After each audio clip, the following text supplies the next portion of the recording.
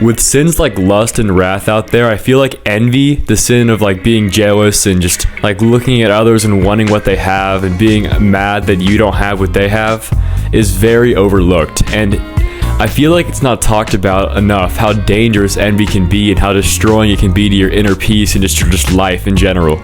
I mean, God talks about it all the way back into Genesis with Adam and Eve's kids, Cain and Abel. Cain killed Abel because he was jealous of Abel's connection with God. Like, it can even be talked about how Satan was jealous of God's power, and that's why he got cast down from heaven and why he's like the worst thing ever.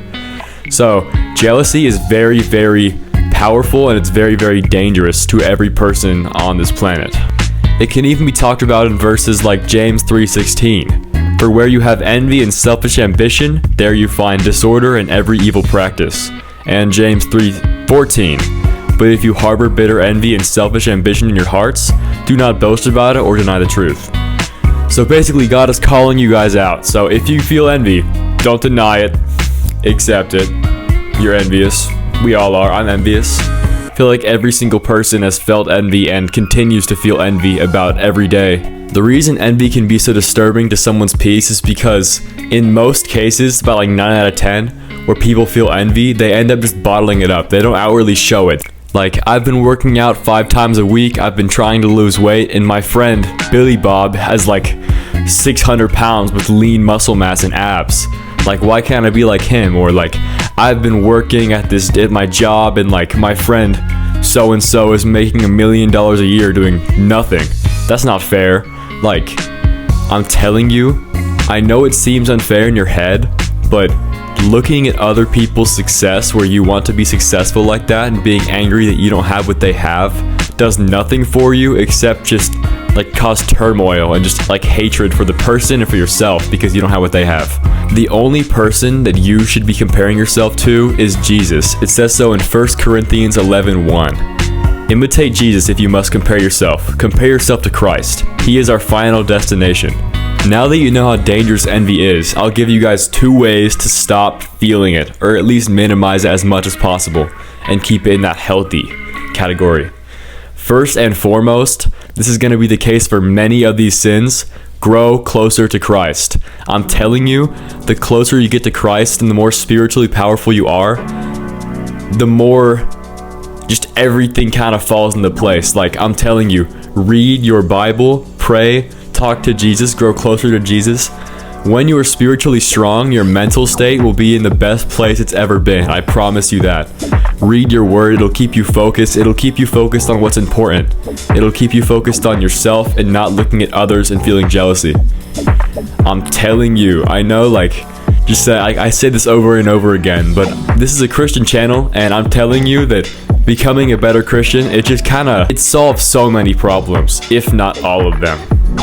And the second thing you can do is truly put work into whatever you want from others. Like, let's say you want to get a 6-pack and you want to be able to bench like 400 pounds.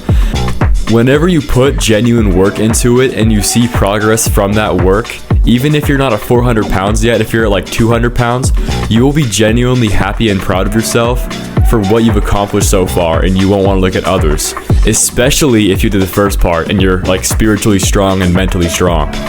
But I'm telling you, put work into what you want to become, and you yourself should be proud of the work that you've done. And if you're not, just dive deep into Jesus and he will help you. He will get your mental state right. I promise you, so many problems can be fixed just by a strong relationship with Christ. Anyways, that is my sermon for today, and I'm thinking we might go on a 1-mile run after this. Alright, so this is about as far as the mic would go, but I did not end up doing the run because I was tired, but I'm planning on doing it today. It's actually the next day right now. It's like morning. So yeah, I'm planning like a 1.5 mile run with my friend. I'm gonna start on my journey to lose 20 pounds.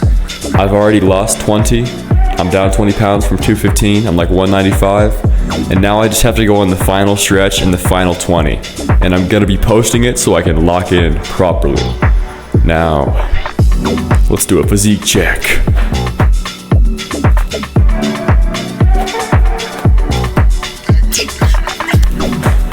Yeah, so we have a pretty good amount to lose, but that's not as much as before, and that's a very good thing.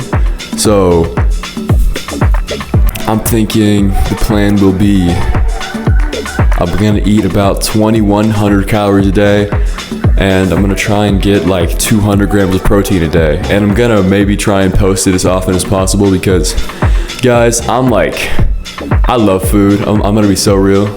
I love food so much, and I gotta post it if I have any chance of sticking to it.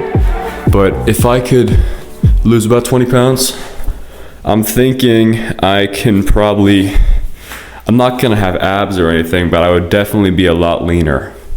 So yeah, this is the start of a journey for me. I hope you guys like the sermon. I'm gonna try and like do both in one video, and let me know what you guys think about that. But anyways, peace.